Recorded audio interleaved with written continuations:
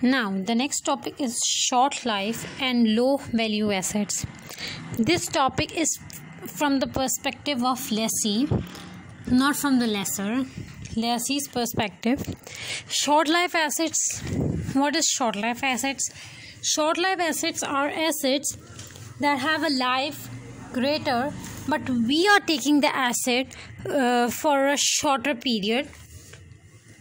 So asset, for example, life with a life of 3 years, but we lease that asset for 1 year. So this is short life.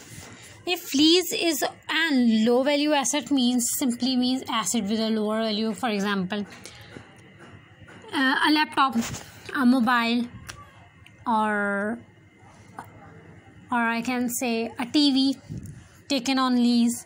So these are low value. I know they although cost much, but as compared to an organization that leads in millions and crores the asset, these assets are obviously of low value.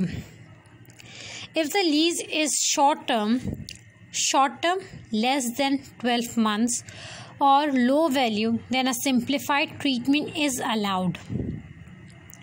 It is not compulsory, but it is allowed. Recognize the rentals in P&L statement of profit and loss on straight line basis as expense.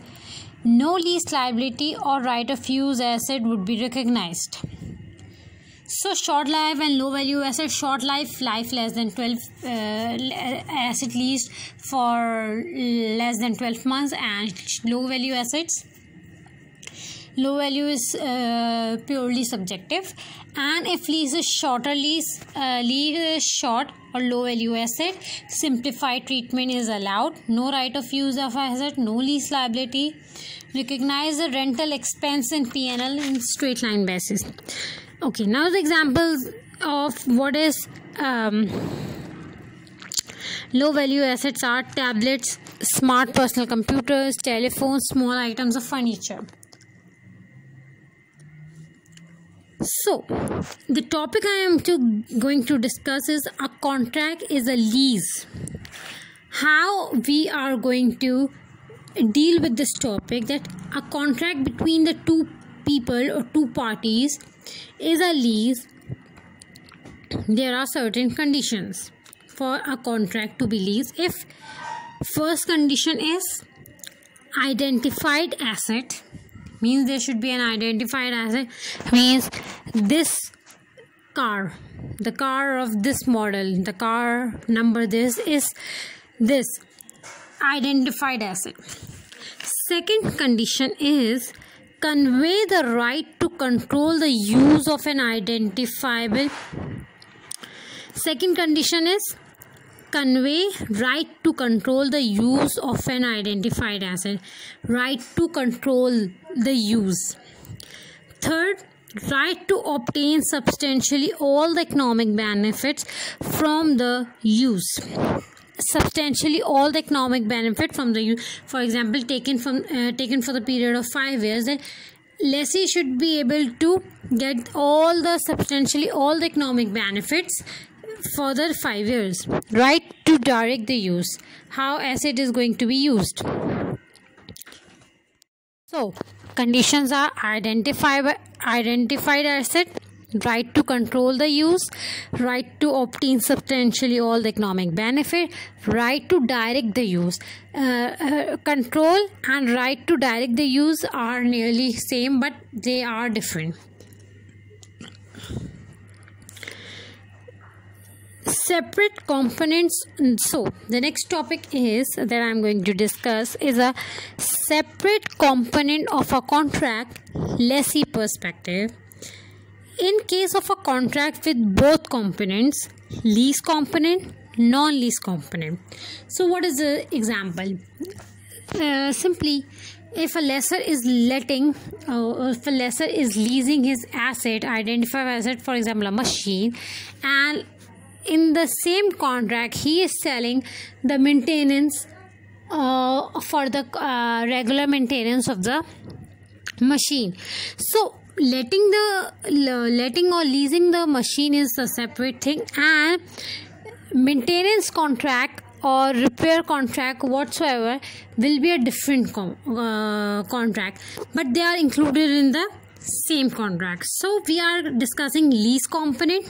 In a contract, both components where are lease component simply and non-lease component, maintenance contract.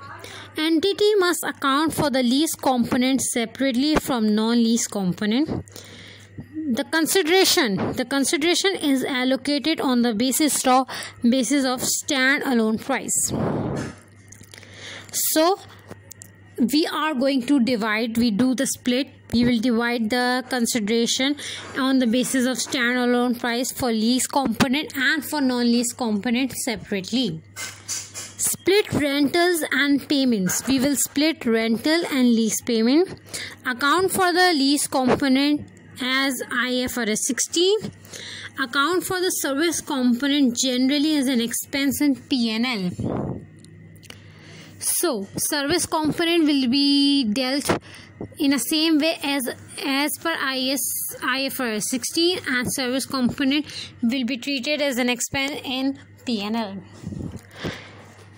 So the next topic that I'm going to discuss is sublease. What is a sublease? To elaborate what is a sublease, I will be explaining you some terms and an example. For example, H let an asset, lease an asset to L, and L lease to A. H lease asset to L and L lease the same asset to A. So H let the asset to L and L let to the A. H is the head lessor. L is the intermediate lessor. And L is the intermediate lessor. He is the one who will assess whether the sublease is a finance lease or operating lease. And A is a sublessee. H give asset to L. L lease the asset to A. H is the head lessor, L is the intermediate lessor, and A is a sublessee. Now, the entire accounting treatment will be done on the basis of L being intermediate lessor, that it is a finance lease or operating lease. For example, H let the asset for 10 years, but L let the asset to A for 6 years. It is a finance lease because it is taken for the majority of economic life of asset, that is 6 years out of 10 years. Now, the next topic is remeasurement of lease liability. There are examples, there are times when the lease liability is remeasured. For example, lease term is revised, variable lease payments are revised, lease is modified, there is a change in amount expected to be paid in residual value guarantees. So lease liability must be recalculated and its carrying amount is adjusted, so right of use is also adjusted. Lease liability is recalculated, carrying amount is, so the carrying amount of asset is adjusted, so right of use of asset is also adjusted. Lease liability should be calculated using a revised discount rate if change in lease term, change in the assessment about the option to purchase asset lease. So the next topic is manufacturer, dealer, lessor. So there are times when the lessor is the manufacturer and is the dealer. Sale type lease. Sale type lease. There are times when a dealer or a manufacturer is also giving its inventory or its asset on lease. So the treatment is like finance lease. There will be two types of income under such lease: profit or loss from the sale of inventory, that is to be recognized in income statement, and finance income over the lease term. So there will be two types of income: sale of inventory and finance income from lease. So, profit and loss from the sale of inventory will be accounted for. Revenue will be the amount lower of fair value of lease assets or present value of lease payment. Revenue, I'm repeating again, revenue will be the amount lower of fair value of lease assets or leased asset or present value of lease payment. And cost of sales amount will be lower of cost and NRV. Market rate of interest will be used as a discount rate, because there are times when a company or manufacturer is using giving asset on a very low interest rate to boost the sale, so it is not allowed. So the market rate of interest will be used as a discount rate. Arrangement costs are recognized and expense when the selling profit is recognized. Arrangement costs are recognized as expense when selling profit is recognized. So, manufacturer or dealer will recognize the sale type lease, and there will be two sets of income.